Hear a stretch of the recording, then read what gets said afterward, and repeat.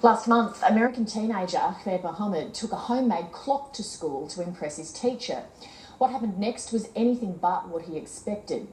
The teacher thought it was a bomb, called the police, and they took the 14-year-old away in handcuffs and interrogated him for hours.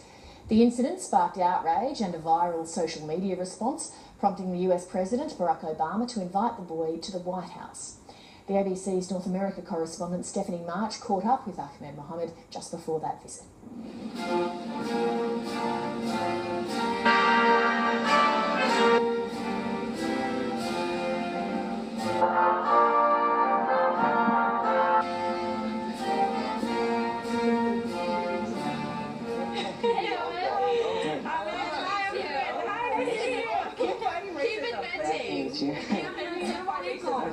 The Muslim community in Raleigh, North Carolina, we're just so proud of you. Yeah. So proud of you. Yeah. And Texans are proud of you too. Nice to meet you.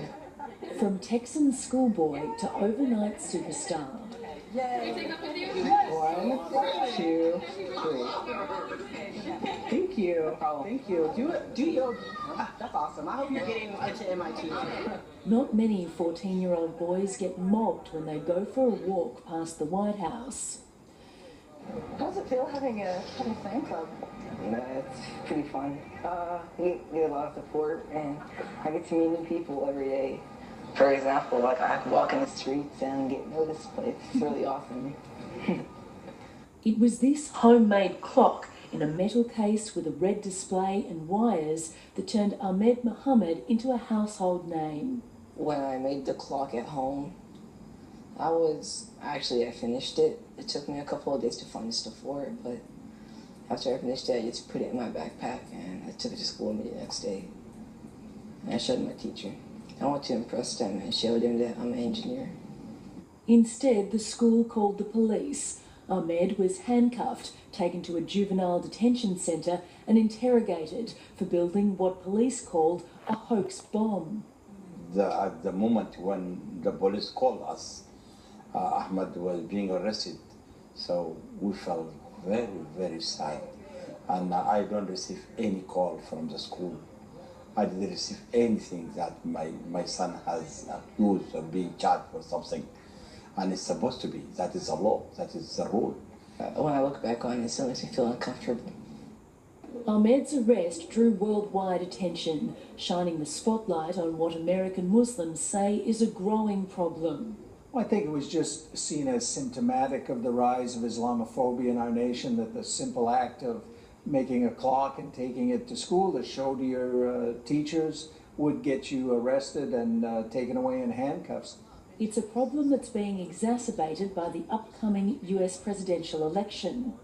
I think we've seen religious intolerance really striking a chord in terms of the right wing of the political spectrum. And people like Ben Carson and Donald Trump seem to get more support the more intolerant they are, the more bigoted and anti-Muslim they are. So I think you're going to see a lot more of that, unfortunately. But out of the trauma has come triumph. Ahmed has become a hero in the Muslim community. Ladies and gentlemen, the American Muslim of the Year Award recipient, Ahmed Mohammed. He's only a teen, but he's already embraced that mantle. I just want to stop discrimination for everyone, not just for religious, but for all races as well.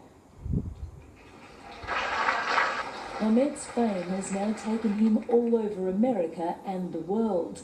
He just got back from his father's birthplace in Sudan. Look at the memorial tower. It's huge. Isn't it like 115 feet tall? Today he's in Washington at the invitation of the president. Hi. Give him a high five. Give him a high five. There you go. Give him a high five. All right.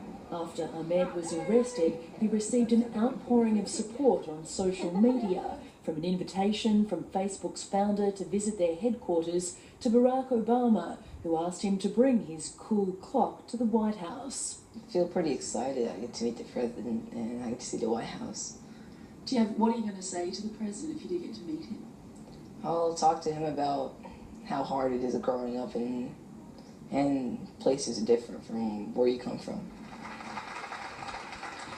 Hello, everybody.